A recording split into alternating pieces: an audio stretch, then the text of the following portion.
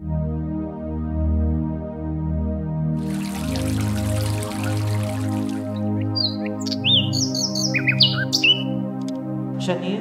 pag-ibig mo'y patunayan sa pagiging butihing may bahay, na may pananampalataya, kabanalan at pag-ibig sa may kapal. Rickmar, may bahay mo'y ibigin gaya ng malasakit ni Kristo sa simbahan, bilang pagsunod sa kalooban ng Diyos Ama natin sa kalangitan. Bebs, mahal, Daddy, sana hindi mo makalimutan kung paano tayo nagsimula.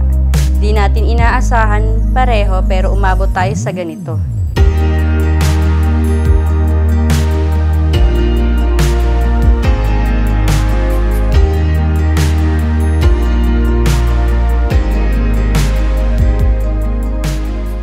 You are the star of the show.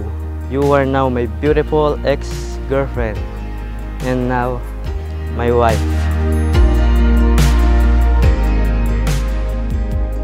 Kasama kita sa lahat, Daddy, hanggang dumating sa buhay natin ang nag-iisa nating anak na si Yuan. Marami rin tayong trials na pinagdaanan pero lahat yon nalagpasan natin. You are perfect match for me. You're my boss and I'm your cadet. Sana hindi ka magbago. Salamat sa Diyos kasi nakilala kita. Magka-work kami sa restaurant. And then, newly hired siya noon. And then, love at first sight ako sa kanya.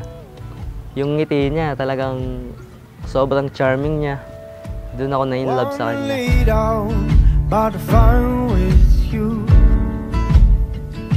Your souls are glowing, every warm or two. Your love surrounds me like a lullaby. Singing softly, you are mine. Janine, bukal ba sa iyong loob ang iyong pagparito pang makaisang dibdib si Rickmar na iyong pakamamahalin at paglilingkuran habang buhay? Opo, Padre. Rickmar, bukal ba sa iyong loob ang iyong pagparito pang makaisang dibdib si Janine na iyong pakamamahalin at paglilingkuran habang buhay? Opo, Padre. I promise to you that I will love you forever and ever. Ikaw lang, mahal na mahal kita.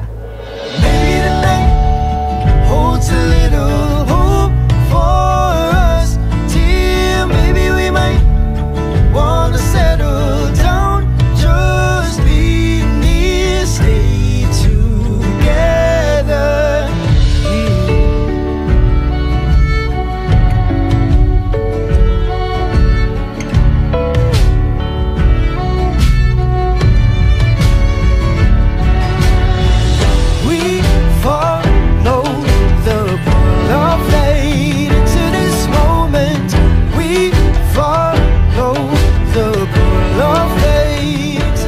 Kaya pangako ko sa inyo ni Baby Yuan na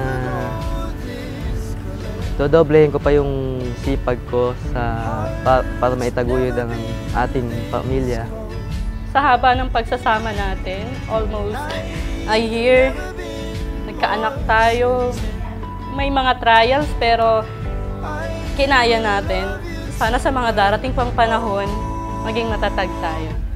Maybe the night holds a little